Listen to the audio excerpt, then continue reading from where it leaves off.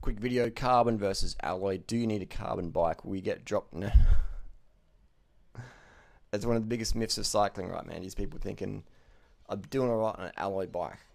It meant nobody in the world got dropped on an alloy bike because it wasn't carbon. Chris Froome could win the Tour de France on a Sora level alloy.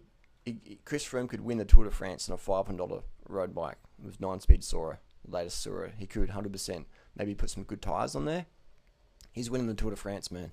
He's winning the Tour de France. Nobody is getting dropped because they're running Sora or 105 or Tegra instead of the latest Dura Ace or Super Record or Super Record or SRAM, whatever's. No one, man. So if you want this product, get it. If you like it, get it. You don't need it though. So don't ever think if you've got, oh man, I got SRAM rival, my mate's got Dura Ace. That's why he beat me. No. He beat you because he's faster, or he or she's faster, putting out more watts per kilo, or better pacing in the bunch. Just get the wheel better. Alright, sugar and water is the main thing you want to focus on, and tire pressure. And the best upgrade you can buy is some Continental GP4000S tires in 25mm or 28mm if your frame fits them. Otherwise, 25mm is fine. No tire is faster. Look into my eyes and tell me that there's a faster tire, better all-round tire, grip, puncture resistance, durability than the Continental 4000 GP4000S. Tell me that. You can't, okay? So stop lying. Stop lying. It's not good. God's watching. Just serious, man. The Continental tire is the 4000S, man. I put it on. I got a demo bike from Reed the other day. They're like, Harley, can you review this bike for YouTube? I said, no worries. So I put my saddle on there with my bike set up. Put my Conti's 4000S on there. And I'm like, oh, this bike fits 28. I put 28s in there. And it's like fucking awesome, man. It's a great bike. It's the tires and the seat. I have seat preferences, everyone's saddle's different, but tires, Conti 4000S, 25mm or 28mm if your bike will fit them. And if you're running fenders, then run the Crud Road Race Mark III. They'll fit. You might have to do some mods, but yeah. Anyway, so no one's getting dropped because their bike is alloy, or it's got an alloy steer instead of carbon, or I've got these bikes hanging around me. Have a look around, I got all these bikes hanging up, lightweight wheels and stuff like that, so when I talk about this stuff, you can see the bikes in the mirror.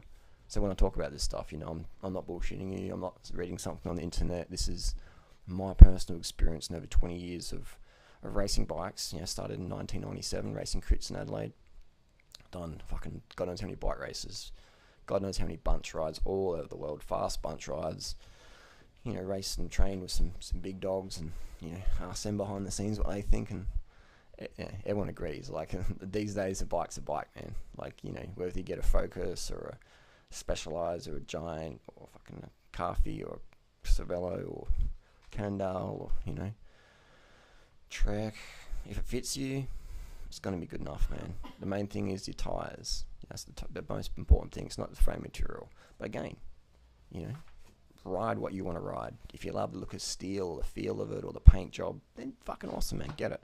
But don't ever think for a minute that you're getting dropped because you don't have the latest and greatest, okay? If you want to get improvements, get a power meter. I recommend the Stages because they're the lightest and they're the best value. They're fucking awesome product. If you fuck up, they're good customer service.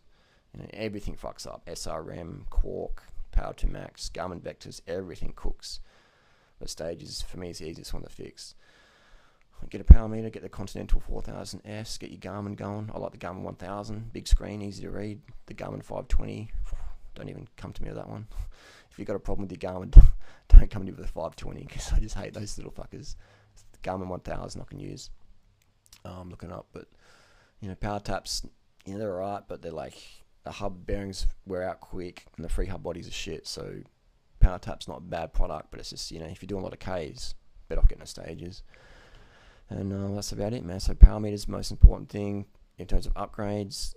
In terms of cheap upgrades, it's your tyres, Continental 4000S. And I run them till the canvas is showing. And I always have a brand new tyre on the front, like a good tyre. So when my rear tyre wears out, I put my old front tyre on the back. I put the brand new tyre on the front. So you always got that good steering, perfect tyre.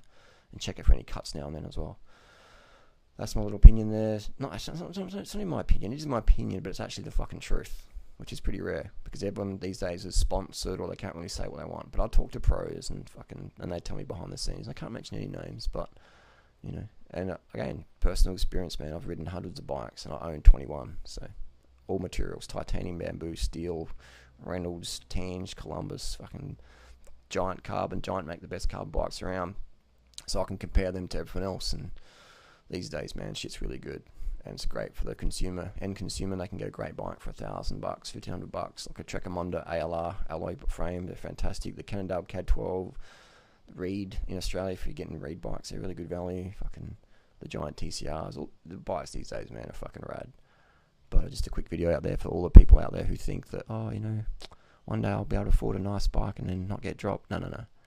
If you've got a road bike and you've got the Conti 4000S and your bike fits you and your tyres are pumped up to about 100 psi, you know, then it's just up here, and your legs need improving, and more carbohydrates, more sugar, and pace yourself to your power meter and stay relaxed on the climbs and just fucking smash it. It's not because you bike, bro. It's because of you.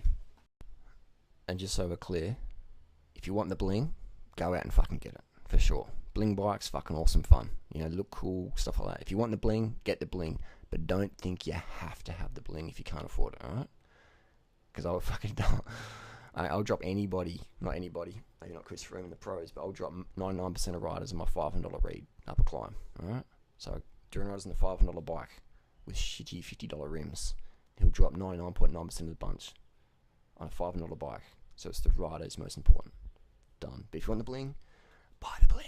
I do.